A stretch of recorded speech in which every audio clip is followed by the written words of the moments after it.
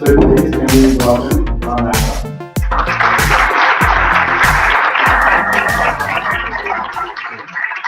Thanks very much. Thank you. Can everybody hear me at the back? If the guy can wait, yeah, great.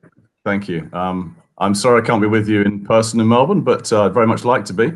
But what I'm going to do over the next 15 minutes after that introduction is to whip through a very quick tour. I'm going to switch now to some slides.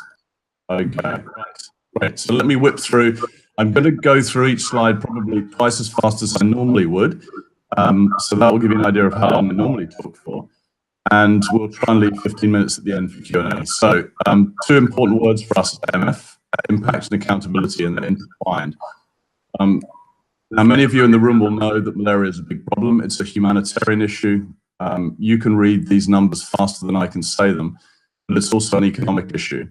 If we don't have people able to work, to farm, to drive, to teach, they can't function, and that means that the impact on the economy of a country is pretty significant. But of course, the main problem we all hear about with malaria, and rightly so, is the humanitarian one. Unfortunately, there is no vaccine. So it's not as though we can take the so-called or metaphorical silver bullet and fix the problem. And indeed, if we take the number of deaths of children under 5, and I heard this when I first heard about malaria or started thinking about setting up a charity with regard to malaria, then this is what we would see at the end of a runway near you twice a day. And if I all invited you to the end of that runway with me, it wouldn't take any of you very long to say, hang on a minute, we have to do something about this. So that's really the motivation for me when I first started AMF about 14 years ago. And the good news that a big part of the solution to malaria, it's not the only thing we need to do, but a big part of the solution is the long-lasting insecticide-treated net, or LLN. Costs just below $3 Aussie, about $2 US. And we can protect 2 people when they sleep at night for 2.5 to 3 years. It's a mechanical barrier, stops the mosquito getting to the people underneath, but it also kills on contact effectively, so it's highly effective. The mosquito doesn't do a red arrows maneuver or an aerobatics maneuver through a hole, if they exist, which they do in the challenging environments in which we distribute these nets. They pick up insecticide and it causes knockdown, kills them, so highly effective. And the impact of these nets is pretty significant. Obviously, you have high burden areas, you have low burden areas, but broadly, every 600 nets we put in place saves a life, stops generally a child under 5 or a pregnant woman, those most at risk from dying, and protects about 1,000 more cases of malaria, or prevents 1,000 more cases of malaria for every life we save. So, as you can see, for $1,200 worth of nets, plus some costs on top, we're talking about low thousands of dollars per life. I think GiveWell talk about $3,000, others talk some slightly different numbers. Let's not argue about whether it's 2, 3, or 4. It's a very low number. So what we do at AMF is we provide them, we distribute them, we make sure they don't get stolen, which is really important. More on that later. We ensure that they're used, because there's no point in distributing nets and finding they're not used for the 3 years between mass distributions. And we negotiate with national governments, and we make sure that all of the work we do together is highly accountable. I'm afraid I'm one of the greatest cynics in the world when it comes to charity. I'm told that's why people like me set them up, but it means that we have to focus on data rather than on trust. Just a very quick walk back in time over a few slides as to how AMF started. Its roots were in World Swim Against Malaria, so in swimming. I in fact met Shane Gould in Western Australia 14 years ago at Narrabut Beach in Margaret River and said, I'm going to try and get 1 million people to swim. And she thought that was a really good idea, and the swim started, and then Against Malaria came out of that. But one of the people that I involved, particularly at that time, was Michael Phelps. Many people have heard of him. And what I wanted to try and do, if you like, was set up in a sense, a grassroots movement where Michael would stand up in front of the world's media and say, it doesn't matter how fast I swim, I count as one person. And I literally asked him to hold up one finger. And if you swim, you'll count as one person too, and let's all get behind this. So a swim was how we all started, and I had lots of people swimming, the wonderfully nutty people swimming in the middle of London in the winter, in the Serpentine. Other people in sunnier climes, I think top right is Australia, bottom right is America. So lots of people involved all over the world. Those were just some of the dots right at the start. And it was particularly important to me that there were lots of children involved. given that the death toll is pretty significant on that group of people. So that's how it all started. And the organization that I drew together was pretty lean. In fact, it was just Andrew and myself for 10 years. Andrew was my former head of technology in previous life. And we wanted to leverage technology significantly, so we didn't have to pour money into people, offices. We could focus all the money that we might receive into nets and work with partners to have them distributed. So as an organization, we've got a very simple structure. There are now 5 of us full time. We may take on 1 or 2 more in the next 6 months or so. We leverage technology significantly. We have a lot of pro bono support. In fact, I don't pay for anything apart from the 4 salaries I pay to staff. So we don't have any money that goes out the door on accounting, banking, legal, audit, websites, you name it, nothing. So it means that I don't have to go out and raise hundreds of thousands of dollars to fund that. I can fund nets that will protect people. We work with distribution partners who distribute nets. We fund the nets, they fund the non-net costs, if you like, and then we put agreements in place that specify, increasingly so, exactly how those operations are carried out so that it's all really accountable. So it's a big team effort. We are a small team, but we work with many organizations and many volunteers who help us in various ways. And our guiding principles, as you would imagine, I hope you would imagine, for any charity must start with impact. Any charity must, in my view, be able to state pretty clearly what they're trying to do. With us, it's prevent deaths and prevent a lot of people falling sick from malaria. Accountability is the element I'd like to focus on here. Arguably, accountability and transparency are in many ways linked, but they're very important for us because if we hold our partners in country accountable through data, it means that we make sure nets get to people as intended, and then ultimately leads to fewer malaria deaths and fewer cases of malaria. And if we hold ourselves accountable, if you like, to our donors and link, as we do, every single one of our donations to a very specific net distribution, so a donor can see where their nets have been distributed, and indeed how many, because we have an exact cost of net per distribution, then we're being accountable in both ways. And it leads to this virtuous circle, if you like, of we hope more donations come in, we can prevent malaria happening in more places. Example of what we do, and I'm going to skip across this quite quickly, but we funded a little north of 250,000 nets in an area of Malawi several years ago to protect about 500,000 people. And you can read there in blue the steps we go through, registering all the households before we distribute nets, making sure that when the nets are distributed, there is independent supervision so there isn't the chance of misappropriating those nets. We monitor after the nets are distributed and we track malaria case rate data. But actually, the smaller bullet points are probably the most significant areas that talk to issues or the challenges we face, which is how do you make sure when you're distributing millions of nets, it's done so accountably. So some of the things we do are we re-register, if you like, 5% of the households that are visited. So 100% of the households are visited, and then the second set of data collectors goes back to 5% of those households, and we let the first set of data collectors know we're going to do that. In essence, it's psychology, encouraging people to be really diligent and accurate with the data they collect. We collect all household member names because we want to make sure that it's not easy. We don't wish to cast aspersions on people who might be about to receive nets, but let's just say this, it's very easy to give a household name and the number of people in the household and be slightly generous with that number of people in the household, because how do you check? Whereas if you ask if you ask the household head how many people there are in the household and for them to be listed by name, it's more difficult to inflate numbers. We go back to some villages and we re-register them. So we have this double registration. And again, we communicate to everybody in country, if you like, that we're going to do this. We're not ashamed to say that we are going to check up on the process by gathering data. And we take all of that data and we put it in electronic form so it doesn't exist on paper-based lists in household centers.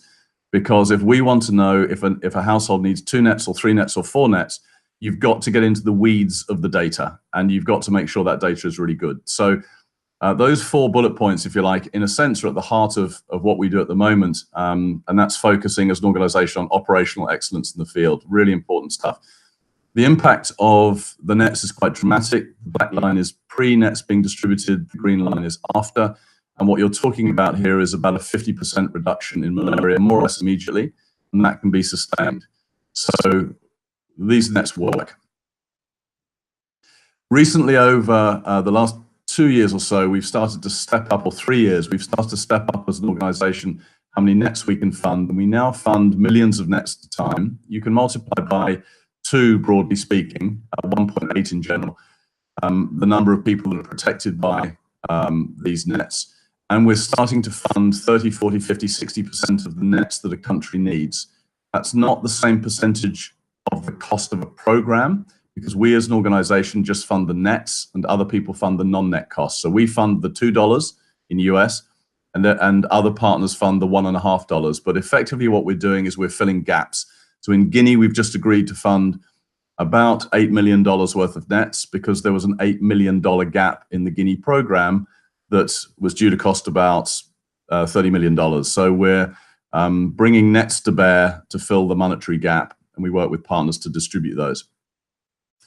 An example of something we did recently in Uganda is we funded half of the nets in Africa. We funded half the nets for Uganda, a rather dire situation where they had 6 months to run and they didn't have about a third of the money they needed for their project. And that would have meant really difficult decisions in country as to which regions or which districts you literally leave out and don't cover. And these are regions with full-blown malaria. So the lack of funding in malaria control at the moment means, unfortunately, there is plenty of work for us to do. But one of the things that this gap meant we could do is we could have discussions with the Ministry of Health and talk about bringing these elements of data collection, accountability to bear for the first time. And whilst they were required to carry them out, and willingly so, I should add, in the half of the country for which we funded nets, they decided as a government to use AMF's methodologies in the rest of the country. And so that was particularly rewarding because we feel it leads to and has led to a better distribution. I won't mention the PBO nets just in the interest of time, but there's a new type of net that we're funding and trialing that may help us with insecticide resistance. As an organization, we've grown relatively significantly over the last 3 or 4 years, and we've been going for about 13. So you'll see that for 7, 8, 9 years, our revenues slightly masked by this cumulative graph, but you can see the fact that it's low down on the graph here, grew at about $1 to $2 million a year.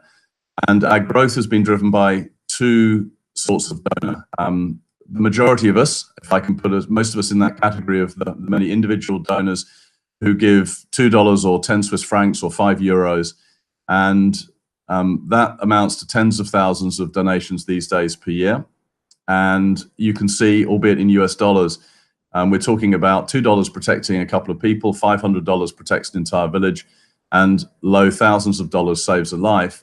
And that, in a sense, is our lifeblood, those donations. And you can see, not accidentally colored in red, that bedrock, if you like, of our organization is all of these small donations. Every single one of those donations matters. We're also very fortunate to have a number of people who have decided to give us larger amounts of money. So it was a punch the air moment when we had our first $1 million donation back in 2011, and then larger sums have come in after that. And that has allowed us, and that's the blue area on the graph, or the blue bars on the graph, to get to the point where we've moved from hundreds of thousands of nets to millions. And that's been transformational because it's meant we can have a much better chance of having these accountability elements adopted in country, rather than governments saying, we're really interested in your money, but we're not really interested in these mechanisms.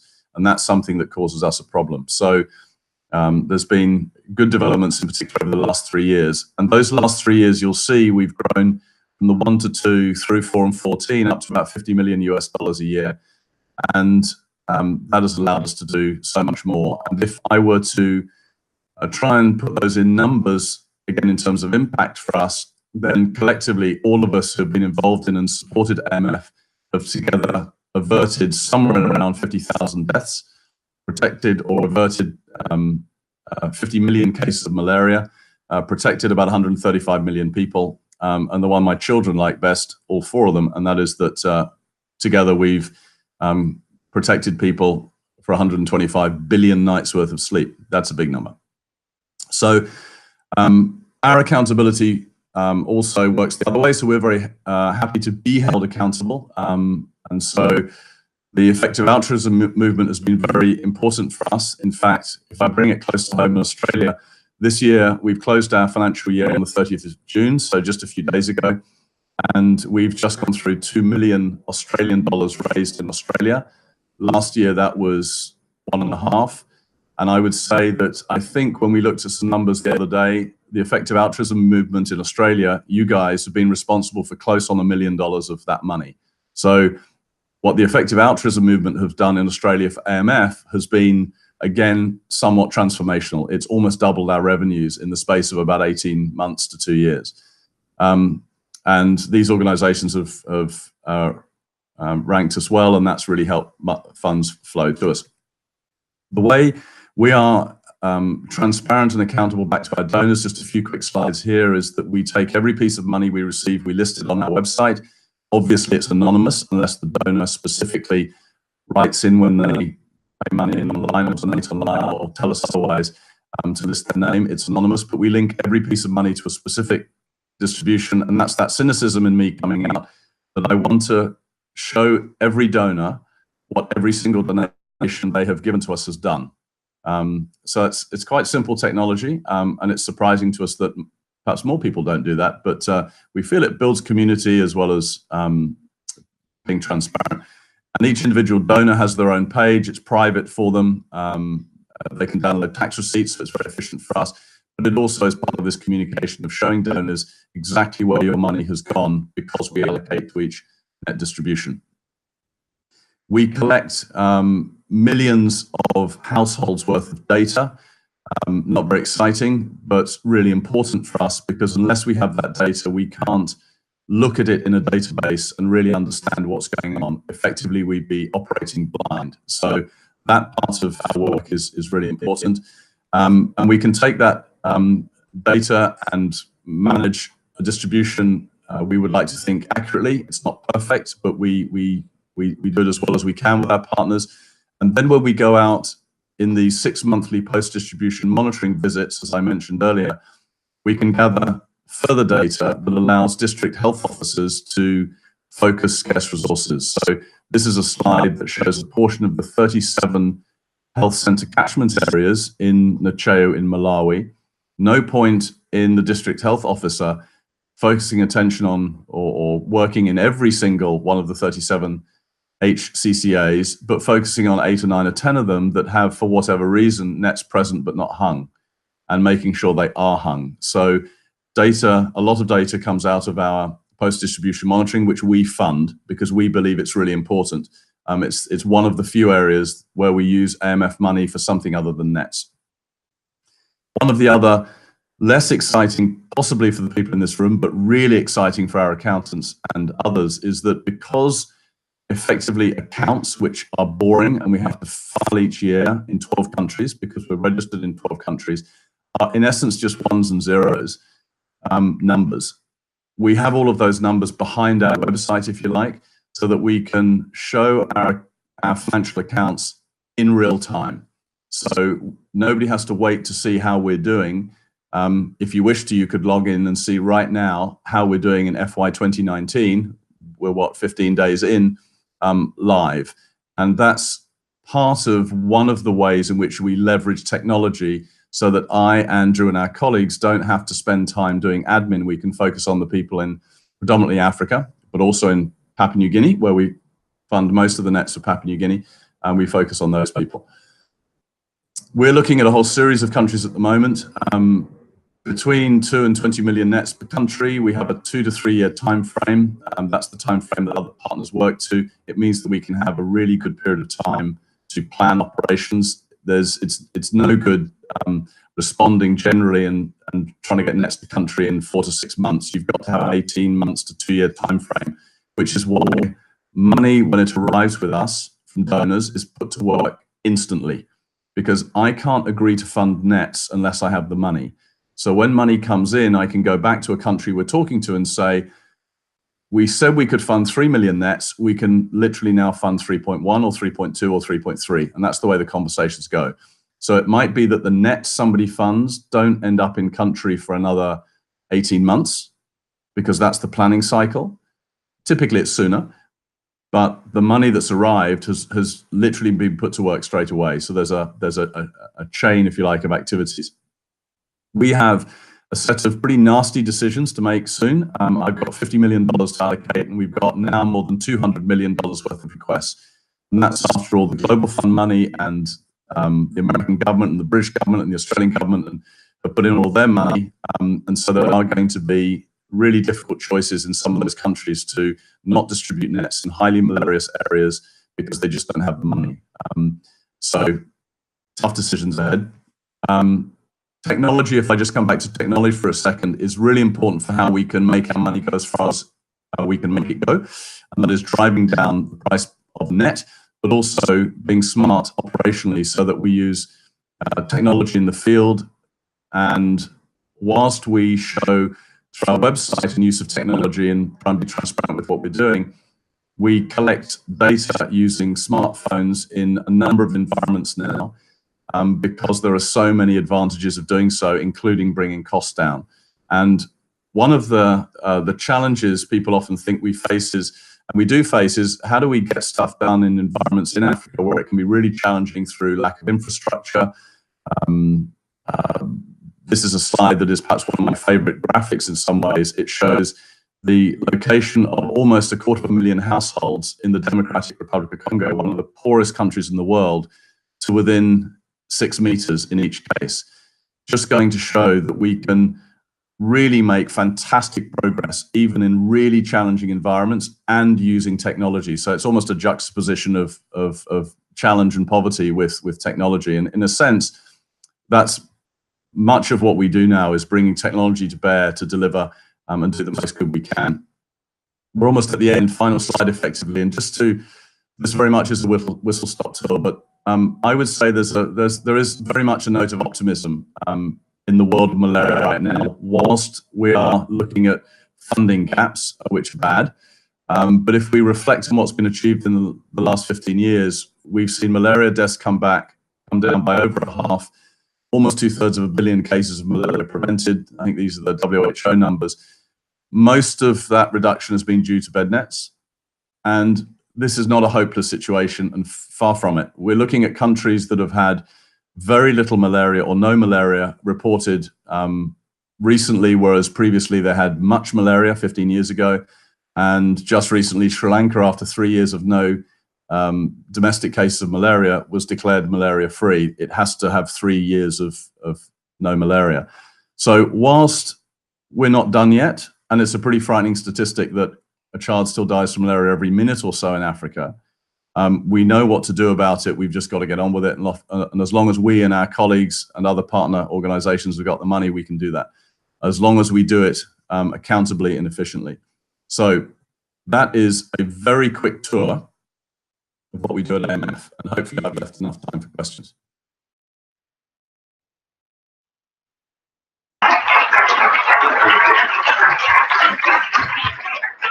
Excellent, thank you, Rob. We've only got time for a couple of questions, so if you can keep your answers brief as well.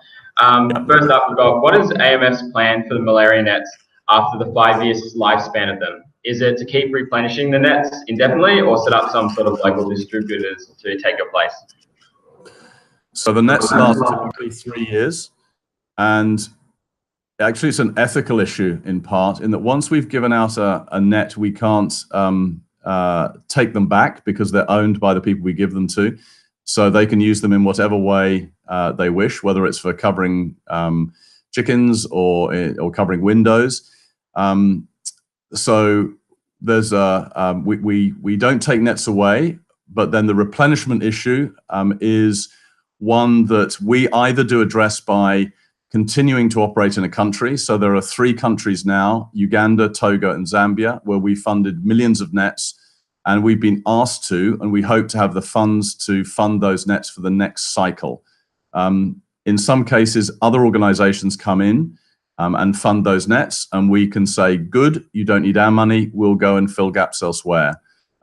Local distribution is not the way to go, I'm afraid, because this is a free to recipient mechanism that has to be used if you want very high levels of coverage. And you want very high levels of coverage, otherwise you don't drive malaria down. So the mercantile system, setting up distribution mechanisms with people buying nets, that I'm afraid in most countries, not all, and not in all settings, in urban environments it's possible, but the mass campaign every 3 years broadly, free to recipient nets with us or other people funding it is what has to happen. Excellent, thank you, Rob. I just got to make a quick announcement. Anyone that wants to move over to the How to Run our local EA group, that will be in the seminar room, so please make a move. And time for one more question, Rob. We've got here, do you think having a small team for your effort at AMF makes you more effective, or would you prefer having more staff in the future? I think it makes us pretty effective right now, but we have taken on staff recently and will be taking on more staff because we're now at a scale where we can really utilize more staff effectively. But I think up until now, having a very small team has meant we've been able to work quickly, and having a couple of people manage $50 million, we're now moving to a whacking seven people moving, that sort of money means we're still in the efficiency area. Excellent. Thank you, Rob. And please, can everyone thank you, Rob Mathers.